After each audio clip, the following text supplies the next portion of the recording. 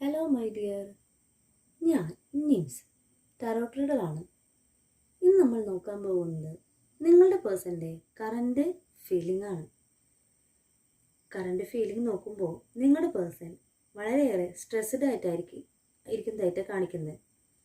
അവർ ഒത്തിരിയേറെ വിഷമിക്കുന്നുണ്ട്. എത്രയും പെട്ടെന്ന് നിങ്ങളുടെ അടുത്തേക്ക് എത്താനായിട്ട് അവർ ആഗ്രഹിക്കുന്നുണ്ട്. ഇത് ചാരിറ്റി കാർഡ് കാണിക്കുന്നത് പേഴ്സൺ എത്രയും പെട്ടെന്ന് നിങ്ങളിലേക്ക് എത്തണം. നിങ്ങളുടെ എത്തിയാലേ പൂർണ്ണതയുള്ളൂ. നിങ്ങളുടെ ലൈഫ് പൂർണ്ണതയിലെത്തുന്നത് നിങ്ങളും അവരും തമ്മിലുള്ള ആ സമാഗമനം സാധ്യമാകുമ്പോഴാണ് എന്ന് അവർ ചിന്തിക്കുന്നുണ്ട്. ട്രൂ ആയിട്ടുള്ള ലവ് ആയിട്ടാണ് ഇവിടെ കാർഡ്സ് കാണിച്ചു തരുന്നത്.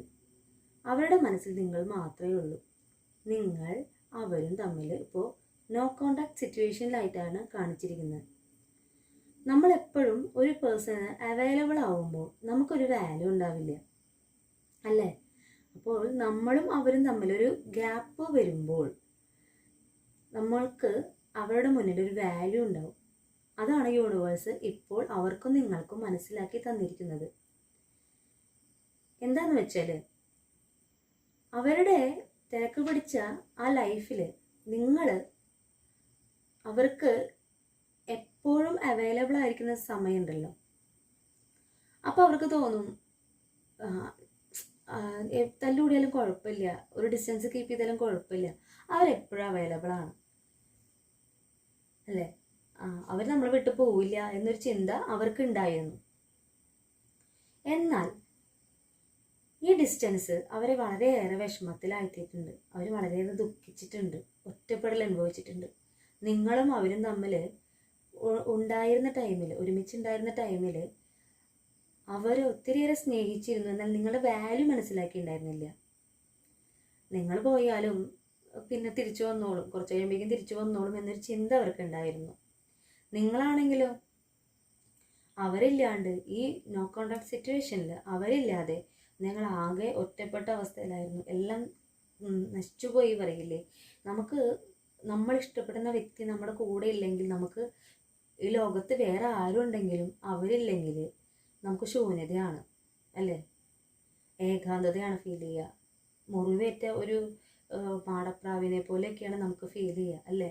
ഉള്ളിൻ്റെ ഉള്ളിൽ വിഷമമൊക്കെ അനുഭവിച്ചിട്ട് നിങ്ങൾ ചെയ്യുന്ന ബാക്കിയുള്ള കാര്യങ്ങളുണ്ടല്ലോ, കരിയർ വൈസ് ആവാം, ഇപ്പോൾ പഠിക്കുന്നവരാവാം. എന്നെ കണ്ടുപിടിക്കുന്ന വ്യൂവേഴ്സ് പല എനർജീസ് ഉള്ളവരാണല്ലോ.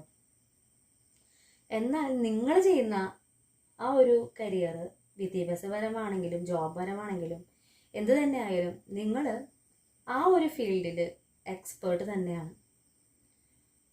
എല്ലാം തികഞ്ഞൊരു വ്യക്തിയായിട്ടാണ് ഇവിടെ കാണിക്കുന്നത്. നിങ്ങളുടെ എനർജി നോക്കുമ്പോൾ നിങ്ങൾ എല്ലാം തികഞ്ഞൊരു പേഴ്സൺ ആയിട്ടാണ് കാണിക്കുന്നത്. ജോബ് ചെയ്യുന്ന പേഴ്സൺ, നിങ്ങൾ ജോബ് ചെയ്യുന്ന വ്യക്തിയാണെങ്കിൽ അവിടെ നിങ്ങൾക്ക് ഒരു പൊസിഷൻ തന്നെയുണ്ട്. ഒരു ഓഫീസോ അല്ലെങ്കിൽ ഒരു ബിസിനസ്സോ അങ്ങനെയൊക്കെ ലീഡ് ചെയ്യാൻ കഴിവുള്ള വ്യക്തിയാണ് നിങ്ങൾ. എന്നാൽ നിങ്ങളുടെ പേഴ്സൻ്റെ മുന്നിൽ നിങ്ങൾ കൊച്ചുകുട്ടിയെ പോലെയാണ്. നമ്മൾ നിൽക്കുന്ന സാഹചര്യത്തിൽ നമ്മുടെ കരിയർ വൈസ് നോക്കുമ്പോൾ, അല്ലെങ്കിൽ എഡ്യൂക്കേഷൻ പരമായി നോക്കുമ്പോൾ, നമ്മൾ സ്കൂളിലോ കോളേജിലോ നമ്മൾ അങ്ങനെ ആയിരിക്കുന്ന അവസ്ഥയിലാണെങ്കിലും, നമ്മൾ ജോലി ചെയ്യുന്ന അവസ്ഥയിലാണെങ്കിലും, നമ്മൾ സമൂഹത്തിലാണെങ്കിലും നമ്മൾ ടോപ്പിൽ തന്നെ നിൽക്കുന്നത്. നിങ്ങളുടെ എനർജിയാണ് പറയുന്നത് കേട്ടോ. നിങ്ങൾ ടോപ്പിലാണ്, ഒരു ലീഡ് ചെയ്യാൻ കഴിവുള്ളൊരു വ്യക്തിയാണ്.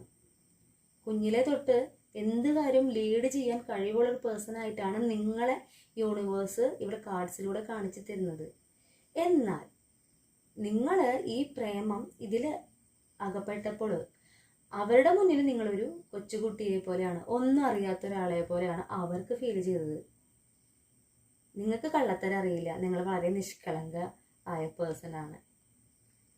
അവരുടെ മുന്നിൽ നിങ്ങൾ എല്ലാം സമ്മതിച്ചു കൊടുക്കും, അല്ലേ? എനിക്കൊന്നും ഒരു കഴിവില്ലാത്ത ഒരാളാണ് ഞാൻ, എനിക്കൊന്നും ചെയ്യാൻ സാധിക്കില്ല, നിങ്ങളെനിക്ക് ചെയ്തു തരൂ. എന്താ പറയുക, നമ്മൾ അവരുടെ മുന്നിൽ വയ്ക്കുമ്പോൾ ഒരു ജ്യൂസ് എടുത്ത് കുടിക്കണമെന്നുണ്ടെങ്കിൽ അവരുടെ അടുത്ത് തന്നാലേ കുടിക്കുള്ളൂ എന്നൊരു മനോഭാവം ഉണ്ടല്ലോ. എല്ലാം എനിക്ക് ചെയ്യാൻ സാധിക്കില്ല, അവർ ചെയ്താലേ എനിക്കത് മുന്നോട്ട് കൊണ്ടുപോകാൻ പറ്റുള്ളൂ, അവരുടെ പ്രേമം അത്രയും ദിവ്യമാണ് എന്ന് ചിന്തിച്ചു പോയിരുന്ന പേഴ്സണാണ് നിങ്ങൾ.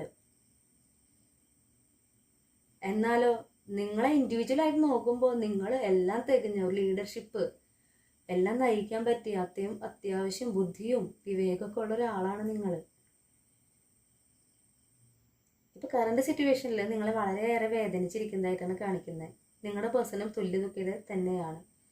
അവരെത്രയും പെട്ടെന്ന് നിങ്ങളിലേക്ക് എത്താനായിട്ട് ട്രാവൽ സ്റ്റാർട്ട് ചെയ്തിട്ടുണ്ട്. ചാരിയറ്റ് കാർഡും അത് തന്നെയാണ് മീൻ ചെയ്യുന്നതും.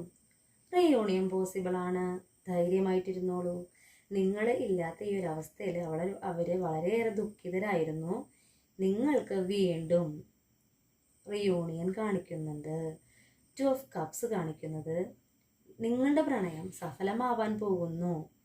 6 ഓഫ് പെൻഡക്കിൾസും കാണിക്കുന്നത് എന്താണ്?